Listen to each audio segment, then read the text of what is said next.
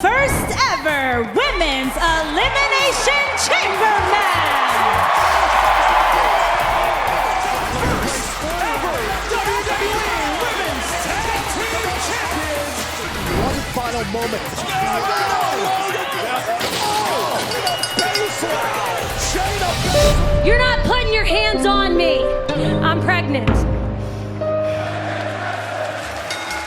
Welcome, if you're entering the bell. This is DS. And the Sriracha Muchacha, Paloma Star. I'm your dad bod demigod. My name's Joey Mayberry. And we are here to review the WWE Elimination Chamber. We didn't get an Elimination Chamber match.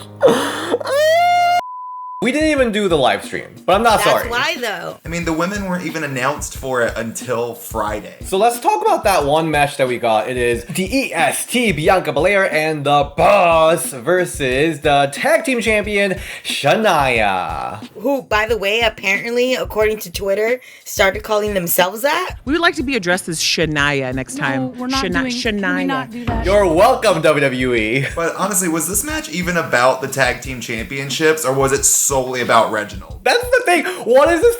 Is this like a romance angle between Reggie and Sasha? What is going on? It has to be that he's trying to do that to somehow help Carmella, right? It has to be. There was the one promo on Friday where Carmella basically berated him and told him to go get another champagne glass or something like that. That's literally it. There's nothing else going on in the storyline yet other than he's kind of awkwardly flirting with Sasha Banks. To talk about how this match was made, again, we have not one, but two. We have two number one contenders team ready to go. So we got Lana and Naomi, who's like, what are they even doing? And we also have the winner of the Dusty Rhodes Women's Tournament, Dakota Kai and Raquel Gonzalez. So those two teams are solid. They're there, ready to go, but then out of nowhere, Sasha Banks and Bianca Belair became the number one contenders, and they're having this match. Ding dong, hello. That's exactly why it happened. I do love that talk show. That promo to set it up wasn't even that good. Like, comparatively to that promo that Raquel and Dakota cut against Shayna and Nia, NXT's promo was like, I want to see that match on Sunday. Give me that match. I wonder if they're just gonna make us forget about Lana and Naomi team. It didn't even happen. I don't know. WWE does love doing this, like putting two, not just random people together, but two like rivals or two opponents together as a tag team, which I get here and there, but put them up for a tag title match? Come on, like I would understand if this was like on a SmackDown or Raw, but to do it on an actual pay-per-view, because for some reason they love to do that in the women's division, the men's division, anywhere and everywhere they love to do it. But come on, to do this on a pay-per-view right before WrestleMania, when you already have two other teams in line to be the number one contender, it's not like, oh man, where can the teams be? Hello, right in front of you. I would get if they don't have enough storyline, enough talent, enough like makeshift this, but they do. On top of that, we also have the Sexy Muscle Friends. We've got the Riot Squad, Tamina and Natalia, which I'm actually living for lately. I love that they all got really pissed at that Fox Twitter, what's it called? Like a ranking system? Like make your dream team or something. You had $15 and the $1 ones, the $2 ones, the $3 ones. Anyway, so let's talk about this match itself. What did you think? I mean, it was a good match. Lots of sloppy spots. I hated the finish. We're gonna get to the finish. We're gonna get to the finish. But this match was okay tag match. But after seeing that Vengeance Day tag match and the whole tournament, I'm like, this is not the level we're at right now. Come on, EST. Come on, boss. Come on, anything. That match was straight booked for SmackDown. This was not a pay-per-view match. I sat through that entire match and was like, okay, give me something to write home about. Some sort of gifable moment, some sort of anything. Just to get anything. I actually love that spot where Sasha did the springboard into the bulldog, into the cazadora, into the bulldog. That was the only like big spot or newer spot because I don't think I've seen Sasha do that before. So that was kind of cool and creative. And I also hated that Sasha stopped selling her arm in the middle of the match. Like, she's just like, you know, getting stomped on. I mean, like, come on. Like, Dakota Kai's arm got broken and she was, like, out of commission forever. Shayna's doing the same thing to her arm. And she's like, oh, whatever, I'm fine now. I'm just gonna keep on going the rest of the match like you haven't been working my arm the whole time. One thing I can say about this is that Bianca continues to look like a star. She looks great. Whatever she does is awesome. I am a little pissed that she wasn't able to lift Nia, because if she could lift Otis, Bianca could Bianca could do it. Yeah. Both Bianca and Sasha looks like big stars. So I do like that going into WrestleMania. And like Bianca, you're acting like you're not gonna challenge Sasha, but we all know. But let's talk about the freaking ending when Reggie came in to give them a bottle of champagne. Why, where, how, and when? What does this even do for anybody? Oh, it made me so mad. That's how I feel about it. I wasn't not saying anything. That's exactly how I feel about it. Like, what's the point? Again, you had people even tweeting me saying that. What's the point? I'm like, no, I say that. But yes, you're so right. What is the point? And then on top of that, it was sloppy. And I get it. Like, I get some of the spots that were in the actual match were sloppy, and it actually kind of made sense that they would be, especially on the Sasha and Bianca side, because they're just all randomly a tag team, so they wouldn't be as smooth as, you know, established tag teams. So that it makes sense for them to have like miscues and miscommunication and mistimings. But for the finish, I've always been told, like, that's what people remember the most is the finish. Like, and if you screw up the finish, like, it's a screwed up match. Like, there's no really recovering from a screwed up finish. Like, if you have a shit match, but you pull off the finish and the people run into it, hey, that's what matters. But in this case, I have no idea what was going on. Like, I don't know what really they were trying to convey with that finish. I assume that this will build Sasha and Bianca having attention, like dissension. They, you know, something happened. Like something should have happened in between them to move their storyline to the next level going into WrestleMania. But nothing. There was no storyline built between Sasha and Bianca. The only storyline we're building right now, again, is the love story between Reggie and Sasha, which we do not want to see. This didn't accomplish anything. And maybe Carmella is getting into Fastlane trying to have a triple. I really don't freaking know. I mean, at this point, that Bianca Belair, like, she hasn't even turned her attention towards Asuka or towards Io Shirai. She's only been interacting with Sasha Banks.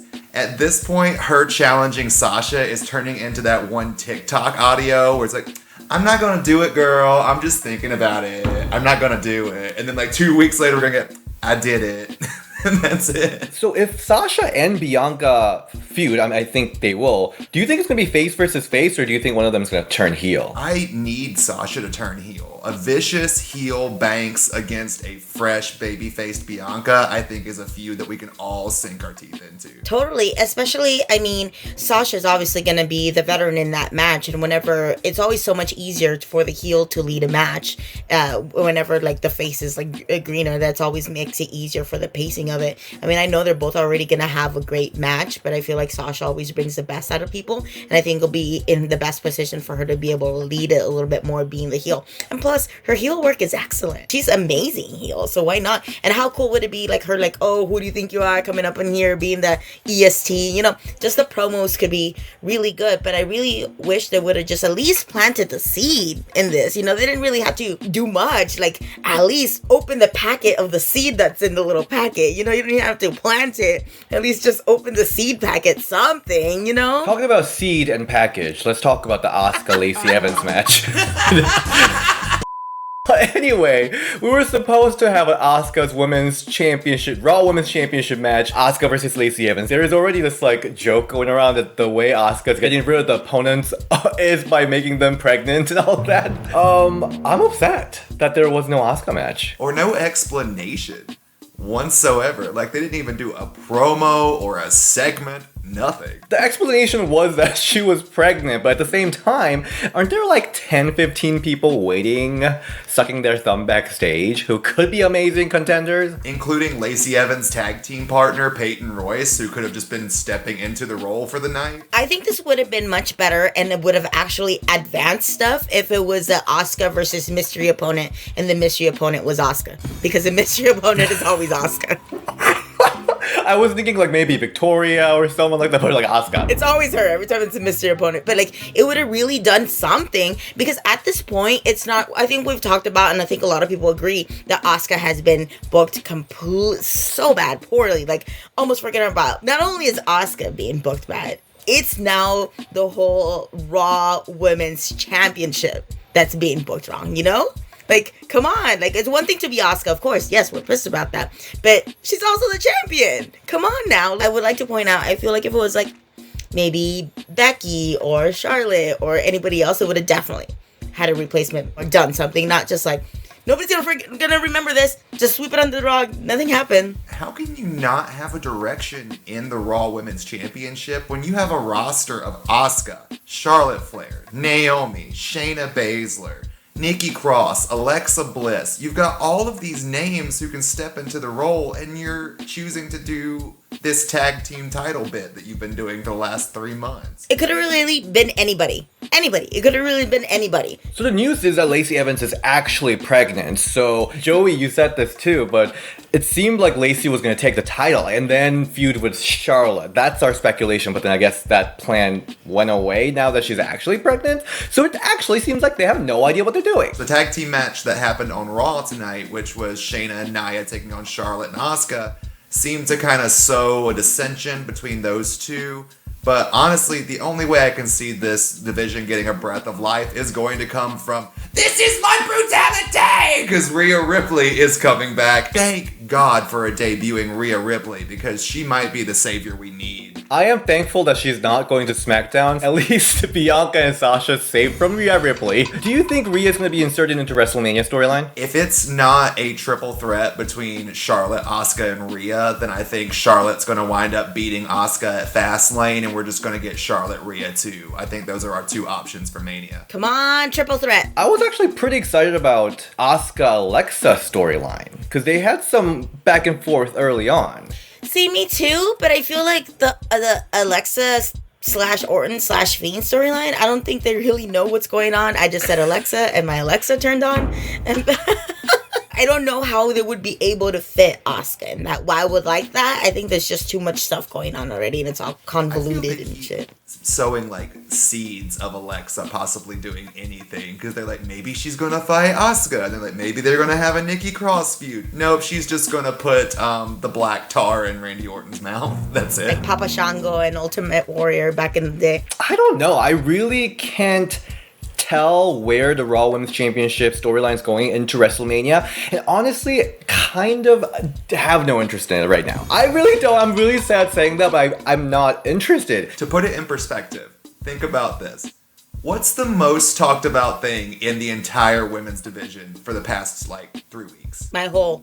My hole. Nia Jax's hole. And that says a lot. What scares me the most is that it's so close to WrestleMania, and I feel like by this time, any other time would at least have the ball rolling something, and right now, I have no idea where the ball is even at. So I'm just scared that they're going to be cutting it too close, and they're not going to have enough time for a build-up, and it's just going to be like, what? Here it is, because we didn't have enough time.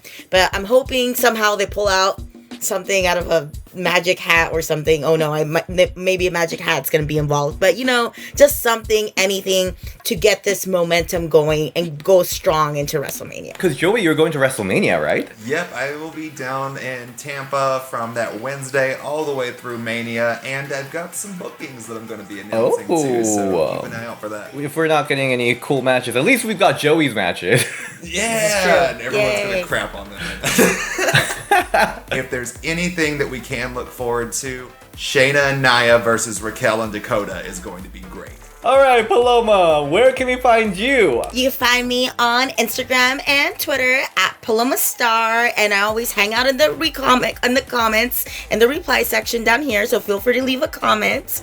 I will definitely reply, but we'll reply more and be more personal in our own Discord. So please come join us. You can find me all over the internet at Joey_Mayberry, Instagram and Twitter, Joey.Mayberry on TikTok, and keep an eye on Spotify for my podcast, Tops and Bottoms, where we talk about everything that happened in the week of professional wrestling, me and Mr. Tommy Perry. And you can find me at DS Shin and Ring the Bell DS on Twitter, and you can also get this Women's Wrestling Periodic Table t-shirt on our Teespring. Alright, I'll see you next time. Bye! Bye!